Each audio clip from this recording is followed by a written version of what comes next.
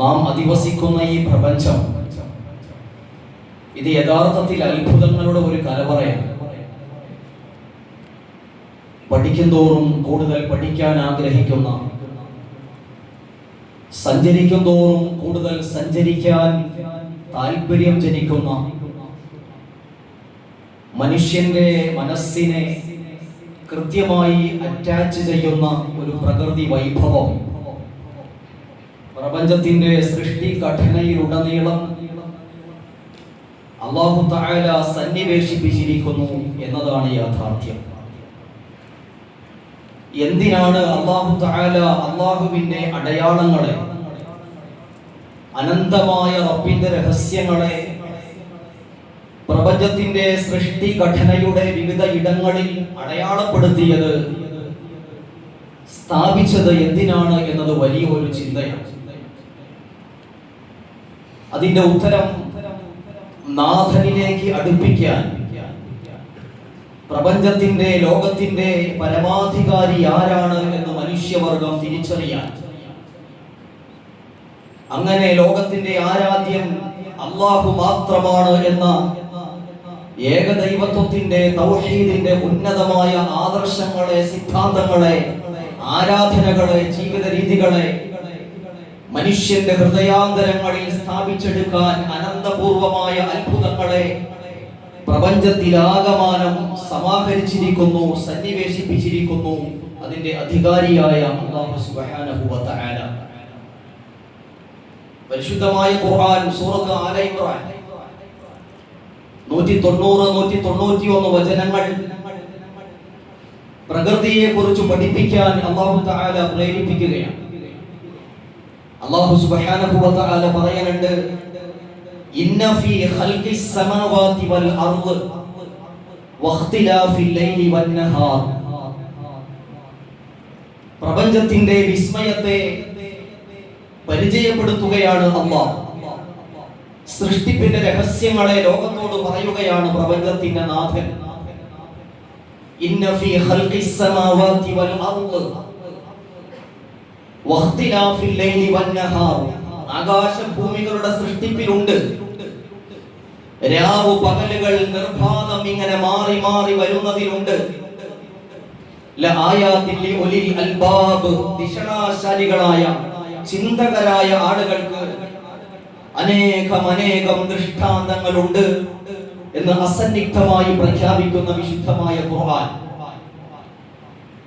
Creation of the universe,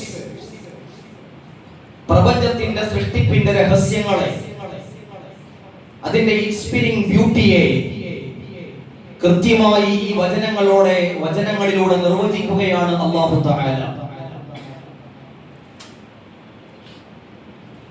രാവ് പകലുകളുടെ മാറ്റം ഇന്ന് ആധുനിക ശാസ്ത്രം വിപ്ലവാത്മകമായ രീതിയിൽ വിശകലനം ചെയ്യുന്ന ഒരു വിഷയമാണ്.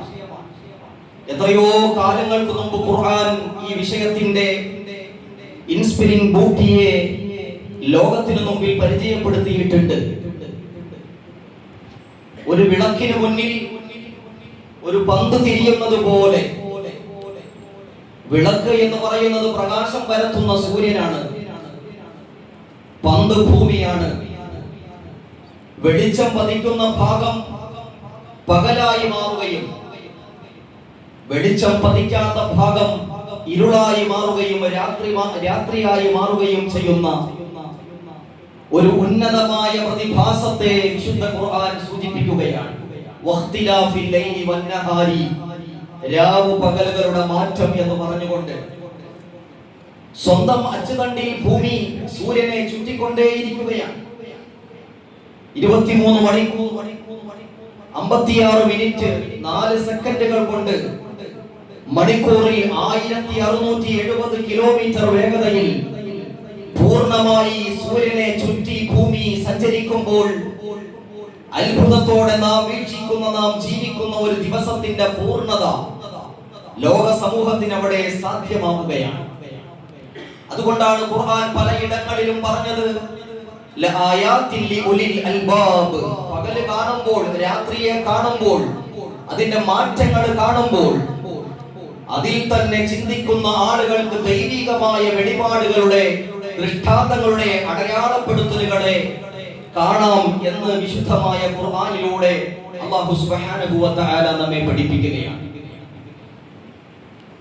ആദരവായ ഹബീബ് മുഹമ്മദ് റസൂലുള്ളാഹി സ്വല്ലല്ലാഹു അലൈഹി വസല്ലമ തങ്ങളോടൊപ്പം ഒരുപാട് കാലഘട്ടങ്ങൾ ജീവിച്ച് ലോകത്ത് തുല്യതയില്ലാത്ത വിജ്ഞാന വിപ്ലവം സാധ്യമാക്കിയ മഹാനായ നേതാവാണല്ലോ അലി റളിയല്ലാഹു തആല.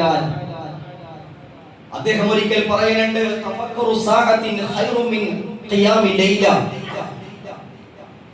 ഒരാള് ഒരു മണിക്കൂർ പ്രകൃതിയെ കുറിച്ച് ചിന്തിക്കുകയാണ്. ആ പ്രകൃതിയുടെ വിലാസങ്ങളിലൂടെ അല്ലാഹുവിനെ കുറിച്ച് ആലോചിക്കുകയാണ്. വിസ്മയകരമായ പ്രപഞ്ചനാഥന്റെ സൃഷ്ടിപരതയിലേക്ക് രഹസ്യാത്മക സ്വഭാവത്തോടെ കൃത്യമായി നോക്കുന്ന ഒരു മനുഷ്യൻ അവനിങ്ങനെ ചിന്തിക്കുകയാണ്. ആ ചിന്തയിലൂടെ ദൈവത്തിന്റെ അസ്തിത്വത്തെ, അല്ലാഹുവിനെ അവൻ കണ്ടെത്തുകയാണ്. പാതിരാത്രിയുടെ നിശബ്ദതയിൽ ഒരു രാത്രി മുഴുവനും ഒരാൾ നിന്ന് നമസ്കരിക്കുന്നതിനേക്കാൾ ശ്രേഷ്ഠമാണ് ആ ചിന്തയെന്ന് മഹാനായ അലി റളിയല്ലാഹു തആല അൻഹു പറയുമ്പോൾ, ആ ചിന്തയാണ് മഹാനായ ഇബ്രാഹിം നബി അലൈഹിസ്സലാത്തു വസ്സലാമിനെ ഇത്രയും വലിയ മഹാനാക്കി മാറ്റിയത് എന്ന തിരിച്ചറിവ് നമുക്കിന്നുണ്ടാവണം. ഇന്ന് ഇബ്രാഹിം നബിയുടെ ചരിത്രം ലോക ചരിത്രത്തിലാകമാനം ചർച്ചയാവുകയാണ്. വിശുദ്ധമായ കഅബാലയം കാണുമ്പോൾ ഓർമ്മ വരുന്നത് ഇബ്രാഹിം നബിയെ, സംസം കുടിക്കുമ്പോൾ ഓർമ്മ വരുന്നത് ഇബ്രാഹിം നബിയെ, സഫയിൽ പോകുമ്പോൾ മർവയിൽ പോകുമ്പോൾ തവാഫ് ചെയ്യുമ്പോൾ ഇവിടെയെല്ലാം ഒരു മനുഷ്യന്റെ ഹൃദയ ഭിത്തികളിൽ നിറം പിടിപ്പിക്കുന്ന ഓർമ്മകളായി കടന്നു വരുന്നത് മഹാനായ ഖലീലുല്ലാഹി ഇബ്രാഹിം നബി അലൈഹിസ്സലാത്തു വസ്സലാം ആണെങ്കിൽ, ആ ഇബ്രാഹിം പ്രകൃതിയിലേക്ക് നോക്കി ആഴത്തിൽ ചിന്തിച്ചുകൊണ്ട് അല്ലാഹുവിനെ അറിഞ്ഞ ഒരു പ്രവാചകനായതുകൊണ്ടാണ്.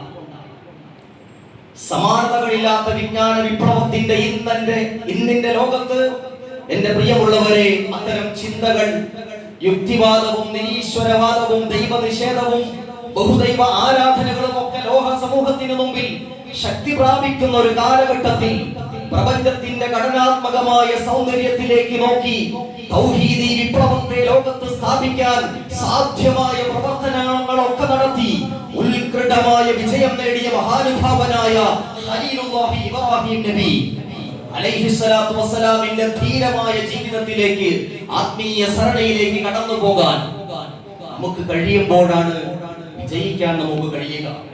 അല്ലാഹു നമുക്ക് തൗഫീഖ് നൽകി അനുഗ്രഹിക്കുമാറാവട്ടെ. അതുകൊണ്ട് പ്രപഞ്ചത്തെ നമ്മൾ പഠിക്കാൻ തയ്യാറാവണം. ആകാശവും പ്രപഞ്ചവും നമ്മൾ നിരീക്ഷിക്കണം. അങ്ങനെ മനുഷ്യ ജീവിതത്തിന്റെ ലക്ഷ്യമെന്ത്, എന്റെ ജീവിതത്തിന്റെ ലക്ഷ്യമെന്ത്, നമ്മുടെ ജീവിതത്തിന്റെ ലക്ഷ്യമെന്ത് എന്ന് നാം തിരിച്ചറിയണം. ആ തിരിച്ചറിവിലൂടെ പ്രപഞ്ചത്തിലേക്ക് നോക്കി പടച്ച റബ്ബിന്റെ മഹത്വത്തെ നമ്മൾ വായിക്കണം. എന്നിട്ട് ഈ ലോകത്ത് നാം എന്താണ് ചെയ്യുന്നതെന്ന് നാം ചിന്തിക്കണം. അത്തരം ചിന്ത ഹൃദയത്തിലുള്ള ആഴത്തിലിറങ്ങിയ ചിന്തയാണ്. The heart and the mind. ഒരു മനുഷ്യന്റെ ബുദ്ധിയും ഹൃദയവും പങ്കാളിത്തം വഹിക്കുന്ന ചിന്ത. ആ ചിന്തയെ കുറിച്ചാണ് മഹാനായ അലി റളിയല്ലാഹു തആല അൻഹു സൂചിപ്പിച്ചത്. പാതിരാത്രിയുടെ നിശബ്ദതയിൽ ഒരു രാത്രി മുഴുവനും നിന്ന് നമസ്കരിക്കുന്നതിനേക്കാൾ പ്രപഞ്ചത്തിന്റെ സാങ്കേതികതയെ കുറിച്ച് ചിന്തിക്കുന്നവൻ ഉത്കൃഷ്ടനാണ് എന്ന് പഠിപ്പിച്ച മതത്തിന്റെ പേരാണ് വിശുദ്ധമായ ദീൻ ഇസ്ലാം. അല്ലാഹു നമുക്ക് തൗഫീഖ് നൽകട്ടെ. എത്ര ഇടങ്ങളിലാണ് പരിശുദ്ധമായ ഖുർആൻ ദിശാശാലികളായ ടാലന്റ് ആയിട്ടുള്ള നമുക്കൊക്കെ അല്ലാഹു സുബ്ഹാനഹു വ തആല ഒരു ഇന്റലക്ച്വൽ ഫാക്ടർ, ഒരു ബുദ്ധിപരമായ ഘടന നൽകിയിട്ടുണ്ട് നമ്മുടെ സൃഷ്ടിപ്പിൽ തന്നെ. അതുകൊണ്ട് നിരന്തരമായി വിശുദ്ധമായ ഖുർആനിലൂടെ ലോക മനുഷ്യന്റെ മുമ്പിൽ അല്ലാഹു തആല ഒരു ചോദ്യം ഉയർത്തുന്നുണ്ട്. അഫലാ തതഫക്കറൂൻ, നിങ്ങൾ ചിന്തിക്കുന്നില്ലേ? ആ ചിന്ത ഈ ആഴത്തിലുള്ള ചിന്തയാണ്. അഫലാ തഅഖിലൂൻ, നിങ്ങൾ നിങ്ങളുടെ ബുദ്ധി ഉപയോഗിക്കുന്നില്ലേ? ആ ബുദ്ധി ഉപയോഗിച്ച് ഈ ലോകത്തെ കുറിച്ച് നിങ്ങൾ ചിന്തിച്ചാൽ ലോകത്തിന്റെ ഉടമസ്ഥനായി മറ്റൊന്നിനെയും കണ്ടെത്താൻ നിങ്ങൾക്ക് കഴിയില്ല. ആ ദൈവങ്ങൾ അനുസ്യൂതമായി വളർന്നു വരുന്ന ഒരു കാലഘട്ടത്തെ പ്രതിരോധിക്കാൻ ആ ഈമാനികമായ ചിന്ത നിങ്ങൾക്ക് സഹായകമാകും എന്ന് വിശുദ്ധമായ ദീൻ നമ്മെ പഠിപ്പിക്കുകയാണ്.